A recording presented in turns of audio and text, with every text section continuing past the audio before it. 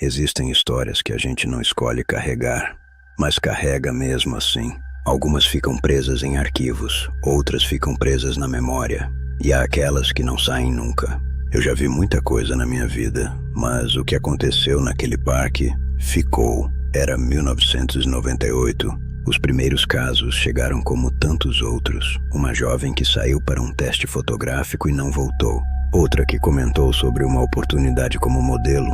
Outra que disse que finalmente algo bom estava prestes a acontecer. Nada gritava perigo imediato, mas havia um detalhe que começou a se repetir. Um homem educado, calmo, confiante, promessas simples. Começamos a cruzar informações. Naquela época era papel, telefone, conversa direta. Nada era automático. E quanto mais comparávamos os relatos, mais a mesma descrição aparecia. Ele abordava mulheres jovens, falava sobre fotografia, marcava encontro próximo ao Parque do Estado.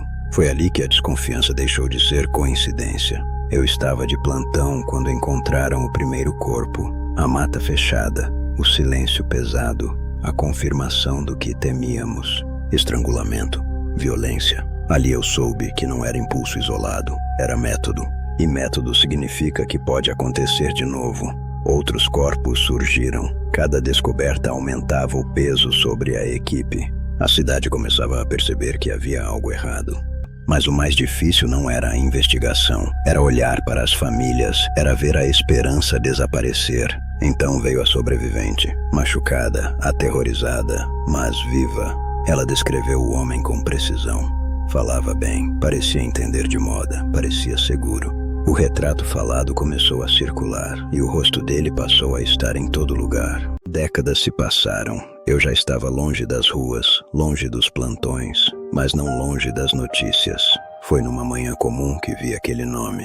Wade Wilson, Flórida. No começo parecia apenas mais um caso violento nos Estados Unidos.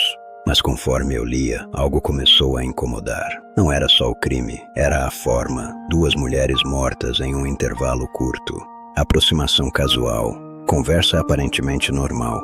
Confiança construída em minutos. E depois, brutalidade.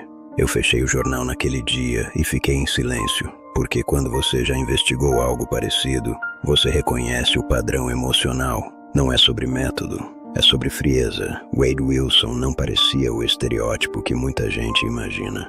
Isso sempre me assustou mais, porque o perigo que se esconde é difícil de encontrar, mas o perigo que sorri é ainda mais difícil de prever. Segundo as informações divulgadas, ele conheceu uma das vítimas de forma aparentemente comum. Conversaram, andaram juntos. Depois disso, houve outra vítima, num intervalo que mostra algo que eu já tinha visto antes. Quando alguém cruza uma linha dessas, às vezes não para.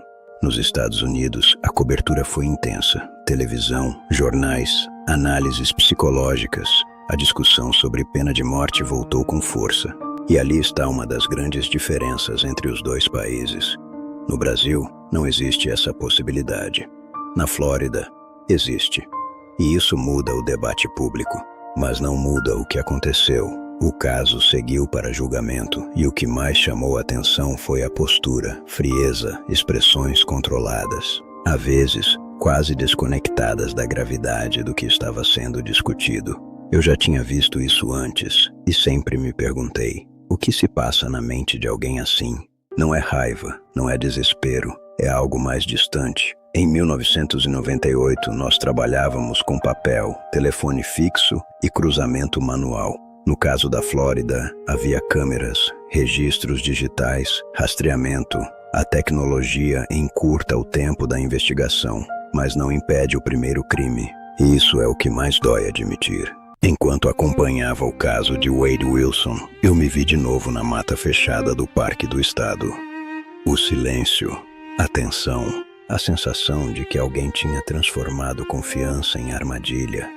Países diferentes, cidades diferentes, mas a mesma pergunta ecoava: como alguém consegue olhar nos olhos de outra pessoa e depois fazer o que fez? Não estou dizendo que os casos são iguais. Eles não são. Cada crime tem sua própria história, mas existem ecos. A aproximação rápida, A violência sem hesitação, a ausência de remorso visível, e isso atravessa fronteiras. Se há algo que une todos esses casos, são as famílias, no Brasil, nos Estados Unidos.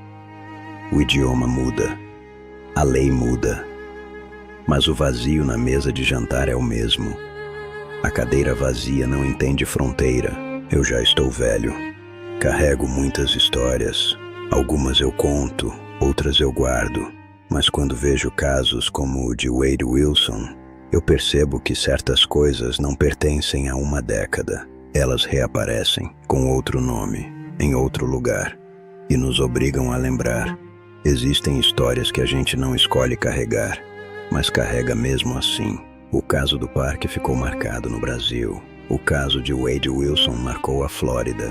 2 tempos diferentes, 2 países diferentes, mas perguntas muito parecidas. E talvez a gente ainda não tenha ido fundo o suficiente no que aconteceu lá. Se você quiser, no próximo episódio eu posso contar, com calma, cada detalhe do caso Wade Wilson, desde o início, sem pressa, sem cortes, porque algumas histórias precisam ser contadas por completo. E enquanto alguém estiver disposto a ouvir, essas histórias não serão esquecidas. Até a próxima vigília.